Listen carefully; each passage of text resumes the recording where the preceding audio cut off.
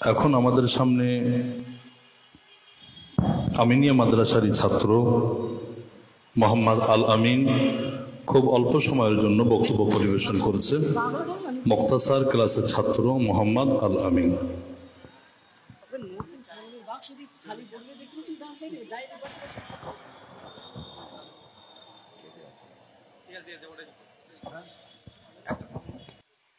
আসসালামু আলাইকুম ওয়া রাহমাতুল্লাহি তাআলা ওয়া বারাকাতুহু। আলহামদুলিল্লাহি আহলিহি ওয়াস সালাতু আলা লি আহলিহা আম্মা বা'দ। ফাআউযু বিল্লাহি মিনাশ শাইতানির রাজীম। বিসমিল্লাহির রহমানির রহিম। ইয়া আইয়ুহাল্লাযীনা আমানু qu আনফুসাকুম ওয়া আহলিকুম নারা। সাদাকাল্লাহুল আযীম। وقال النبي صلى الله عليه وسلم على كلكم راعين وكلكم مسؤول عن رعيته أو كما قال عليه الصلاة والسلام। সমস্ত প্রশংসা সেই মহান স্রষ্টা রব্বুল আলামিনের দরবারে, যিনি আমাদের মতো নগণ্য গুনাহগার বান্দাদিগকে একত্রিত করেছেন পশ্চিমবঙ্গের ঐতিহ্যবাহী দ্বীনি প্রতিষ্ঠান বসিরহাট আমিনিয়া নামক মাদ্রাসাতে। তানার প্রতি সকলে শুকরিয়া জ্ঞাপন করি, সকলে বলি আলহামদুলিল্লাহ। তারপরে পরে জানাই সেই মহান স্রষ্টার প্রেরিত পুরুষ, জানাকে না সৃজন করলে মহান স্রষ্টা রব্বুল আলামিন নবমণ্ডল তথা ভূমণ্ডলের মধ্যে যা কিছু আছে আমার আপনার মহান স্রষ্টা রব্বুল আলামিন কিছুই সৃজন করতেন না। তানার প্রতি বর্ষিত হোক লাখো কোটি দরুদের ধারা, সকলে বলি সাল্লাল্লাহু আলাইহি ওয়াসাল্লাম। বসিরহাট গ্রামবাসীর আধ্যাত্মিক রাহবার মিল্লাতে আল্লামা রুহুল আমিন রহমাতুল্লাহ আলাইহির নিজ হাতে এই গড়া প্রতিষ্ঠান বসিরহাট আমিনিয়া মাদ্রাসার কর্তৃক আয়োজিত আজ এই স্মৃতিসভার স্বনামধন্য সভাপতি সাহেব, মঞ্চে উপবিষ্ট জাতির মাথার তাজ ও মাথার মুকুট সমস্ত আসাতিজায়ে কিরামগণ, আমার সম্মুখে বসে থাকা বাংলার বিভিন্ন প্রান্তর থেকে আগত আল্লামা হুজুর রহমাতুল্লাহ আলাইহির মুরিদ মুতাকিদিনগণ, প্রত্যেককে জানাই আমার অন্তরের অন্তরস্থল থেকে প্রেম প্রীতি ভালোবাসা শুভেচ্ছা অভিনন্দন মোবারকবাদ। সুধী শ্রোতা মণ্ডলী, আমি আপনাদের সম্মুখে কোরআনে কারিমের একটি আয়াত তেলাওয়াত করেছিলাম, অতঃপর বিশ্বনবীর একটি হাদিস আপনাদের সম্মুখে তেলাওয়াত করেছিলাম।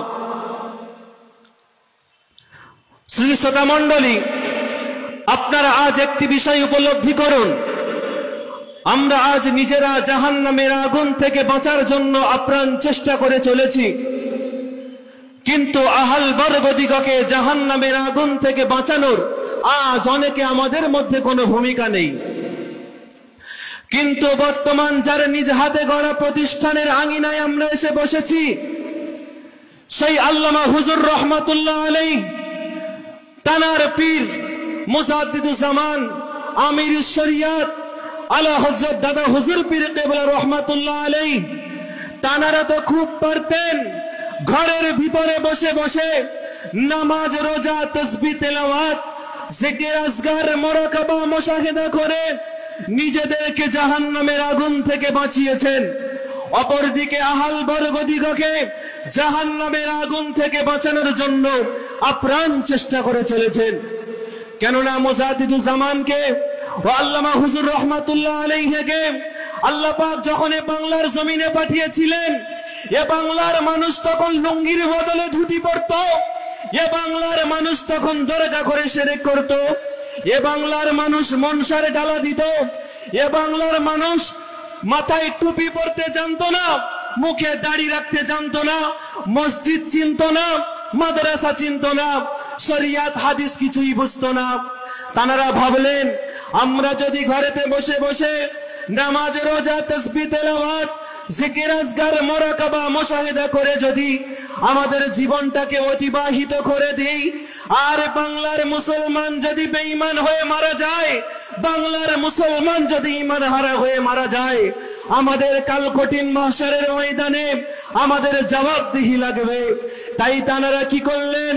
আহাল বর্গদিগকে জাহান্নামের আগুন থেকে বাঁচাতে গিয়ে তামিলনাড়ুর কন্যাকুমারী থেকে বাংলাদেশের বরিশাল, কোথায় তামিলনাড়ুর কন্যাকুমারী, কোথায় সেই বাংলাদেশের বরিশাল, এই বিস্তীর্ণ এলাকায় কখনো পায়ে হেঁটে, কখনো গরুর গাড়িতে চেপে, কখনো পালকিতে চেপে রাতের ঘুমকে হারাম করে দিয়ে, গায়ের রক্তকে পানি করে দিয়ে, দুই হাত দিয়ে বাংলার জমিন থেকে শিরক বেদাতকে মুক্ত করে এ বাংলার জমিনকে একটি ফুটন্ত গোলাপ ফুলের বাগান বানিয়ে দিচ্ছেন।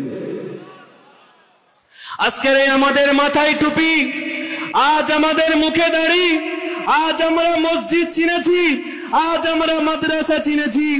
এই অবদান হলো মুজাদ্দিদুজ্জামানের রেখে যাওয়া অবদান, এই অবদান হলো তানার 5 কলিজার টুকরা দিগের রেখে যাওয়া অবদান, এই অবদান হলো যার নিজ হাতে প্রতিষ্ঠানের আঙিনায় আমরা এসে বসেছি সেই আল্লামা হুজুর রহমাতুল্লাহ আলাইহির রেখে যাওয়া অবদান।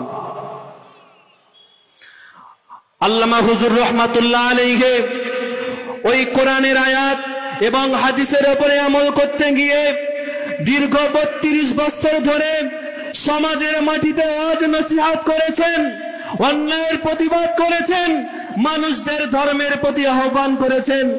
হুজুর আল্লামা রহমাতুল্লাহ আলাইহি ভাবলেন, আমি রুহুল আমিন একদিন কবরে চলে যাব, আমার ওয়াজ নসিহত একদিন শেষ হয়ে যাবে, আর বাংলার মুসলমানদের যদি ঈমানটাকে ছিনিয়ে নেওয়া হয়, বাংলার মুসলমানরা যদি ঈমানটাকে হারিয়ে ফেলে, আমি রুহুল আমিন কঠিন কিয়ামতের ময়দানে কি জবাব দেব?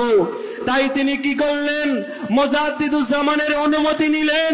মুজাদ্দিদুজ্জামানের অনুমতিতে হুজুর আল্লামা রহমাতুল্লাহ আলাইহি রাতের ঘুমকে হারাম করে দিলেন, দুই হাত দিয়ে কলম চালিয়ে 1.5 শতাধিক কিতাব লিখে আমাদের মাঝে উপহার দিয়ে গিয়েছেন।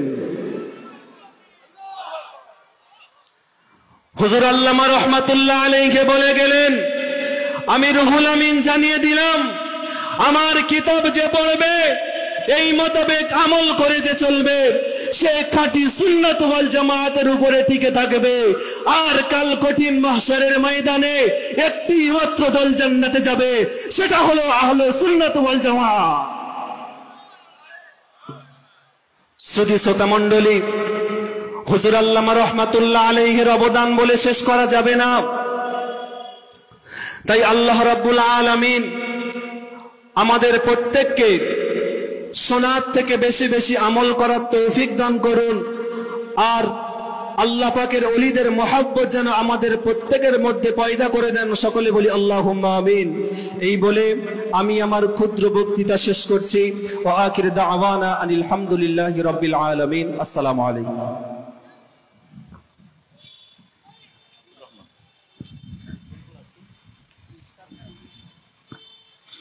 জাযাকুমুল্লাহু খায়রান জাযা। আল্লামা হুজুর রহমাতুল্লাহ আলাইহির অবদান এই বিষয় বস্তুকে মজু করে আমাদের সামনে আমাদের মাদ্রাসার ছাত্র আলহামদুলিল্লাহ খুব সুন্দর বক্তব্য পরিবেশন করেছে। আমি আপনাদের সকলের কাছে দোয়া চাচ্ছি, আল্লাহ তাআলা এই বাচ্চাকে ভবিষ্যতে আগামীতে যোগ্য আলিমে দ্বীন বানান, দেশের জন্য, সমাজের জন্য, জাতির জন্য খাদিম হিসেবে কবুল করেন। সকলে বলুন আল্লাহুম্মা আমিন।